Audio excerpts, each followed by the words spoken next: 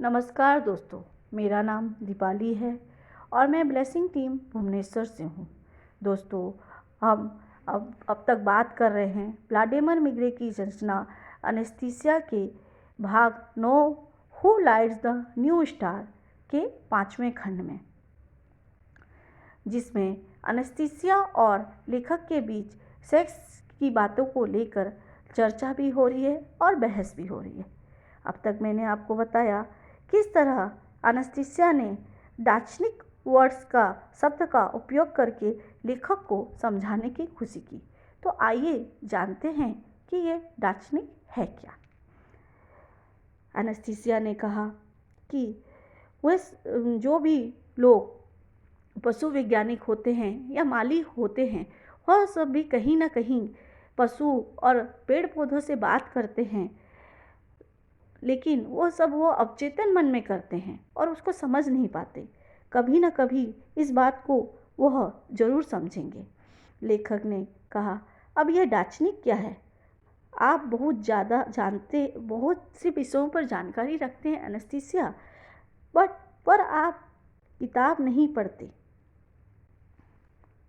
आप मान क्यों नहीं लेते कि आपके अंदर कुछ अलग रहस्यवादी किरण है? आपको तो रहस्यवादी या कोई जादूगर होना चाहिए। एनेस्थीसिया ने उत्तर दिया, मैं आपको सब कुछ समझाने की कोशिश करूंगी व्लादिमीर। केवल एक बार नहीं, मैं बार बार कोशिश कर रही हूँ, लेकिन मुझे सही और सटीक शब्द नहीं मिल रहे हैं। मुझ पर विश्वास करो, मेरी जितनी भी क्षमता है सभी मनुष्यों में निहित है और हर मनुष्य को उस किरण का उपयोग करने की पूरा अधिकार है। बस उसकी सही शुरुआत और मौलिक उद्वन के साथ हर कोई ऐसा कर सकता है, और कुछ लोग अपनी मौलिकता की ओर वापस जाने लगे हैं। हल्की विजय के बाद यह एक क्रमिक प्रक्रिया होती है। लेखक ने पूछा, आप अपने कंसर्ट के बारे में क्या बताना चाहेंगे एनेस्थीसिया? आपने हर तरह की गानों को और मेरी पसंदीदा कलाकारों को इस तरह से चित्रित किया है जो कि मेरे वीडियो टेप में थे कि आपने पहले कभी सुना हो। व्लादिमीर, आप जानते हैं, मैंने एक बार आपका वह टेप देखा था और सुना था। मैं यह आपको बाद में बताऊंगी यह सब कैसे हुआ, लेकिन अभी भी यह रहस्य है एनेस्थीसिया कि वह गाने सही तरानों में आपने गाए। हाँ, मैंने उसे तराने में गाए और सटीक शब्द में। आपको ये रहस्य और जटिल लग रहा है व्लादिमीर, लेकिन मेरे लिए ये कोई आम बात है। मेरे को यह कोई रहस्य नहीं लगता है। हो सकता है मेरी बात आपको उद्दंडता लगती हो और मैं आपको बहुत ज़्यादा बातूनी लग रही हूँ, और मैंने यह सब अपनी उद्दंडता और वाचालता में आपसे कह दिया हो। मेरे दादाजी भी मुझे हमेशा कहते थे कि मैं एक वाचाल होने के साथ साथ निडर भी हूँ।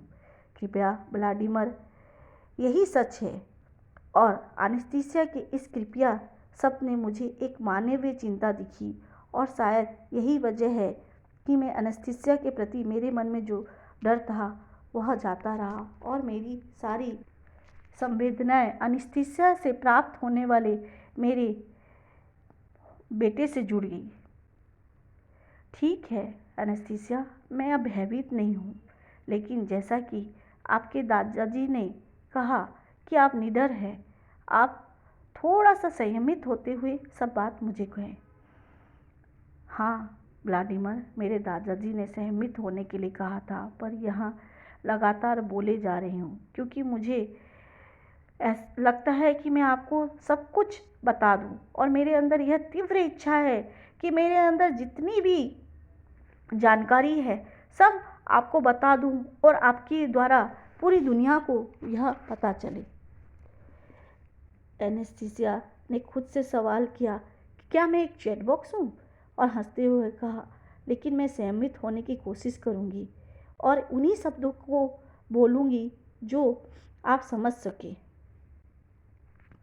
मैंने एनेस्थीसिया से कहा, तुम बहुत ही जल्द जन्म देने वाली हो। एनेस्थीसिया ने तुरंत कहा, बिल्कुल, पर वह सही समय नहीं होगा। एनेस्थीसिया से यह सुनकर मैं चौंक गया।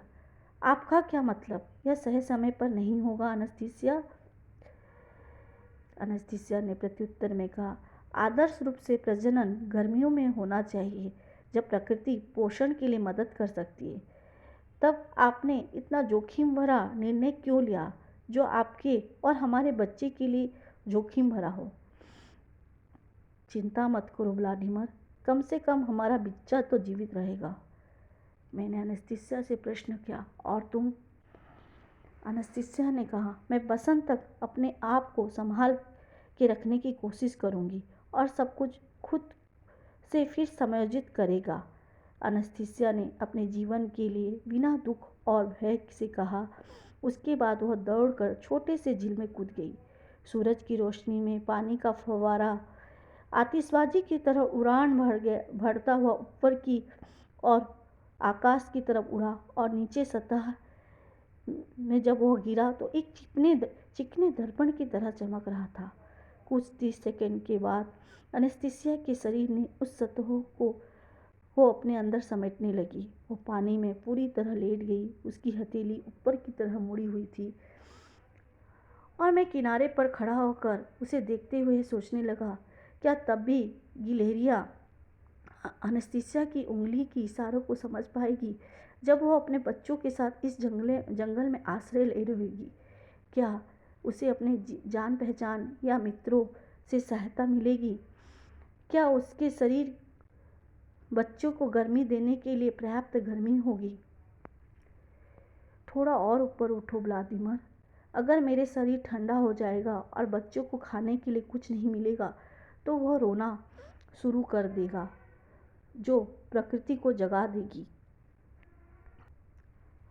पानी से बाहर आते हुए एनेस्थीसिया ने कहा, बच्चे की रोने से प्रकृति में एक निराशा फैल जाएगी और प्रकृति जाग जाएगी और यह प्रकृति के एक हिस्सा हो सकता है और यह सब वसंत ऋतु तक ही चलेगा। उसके बाद सब अपने आप ठीक हो जाएगा। प्राकृतिक रूप से सब प्रकृति ठीक कर देगी और प्रकृति उसका खुद पोषण करेगी। आपने मेरे विचार पढ़े एनेस्थीसिया? नहीं व्लादिमीर, मैंने सिर्फ अनुमान लगाया। आप उस बारे में सोच रहे होंगे क्योंकि ऐसा सोचना प्राकृतिक रूप से आम बात है। एनेस्थीसिया, आपने एक बार मुझे बताया था कि आपके रिलेटिव्स या आपके परिवारजन आपके पास रहते हैं। क्या उस समय वो आपकी कोई मदद कर सकते हैं? एनेस्थीसिया ने कहा, वो बहुत व्यस्त रहते हैं और मुझे उनके काम में दखल देना ठीक नहीं लगता। मैंने कहा, किस चीज़ में वह व्यस्त रहते हैं एनेस्थीसिया? सब चीज़ आपको प्राकृतिक रूप से मिलता है और आप पूरी तरह से प्रकृति के ऊपर निर्भर करती हो, प्राकृतिक की माहौल में, तो फिर आप लोग किस चीज़ में व्यस्त रहते हो? एनेस्थीसिया ने रहता है, मैं व्यस्त रहती हूँ आपकी दुनिया के लोगों की मदद करने में, जिसे आप डांचिक्स या माली कहते हैं। नमस्कार दोस्तों, यहीं पे ख़त्म होता है एनेस्थीसिया का 9वां भाग। आगे हम 10वें भाग के बारे में बात करेंगे।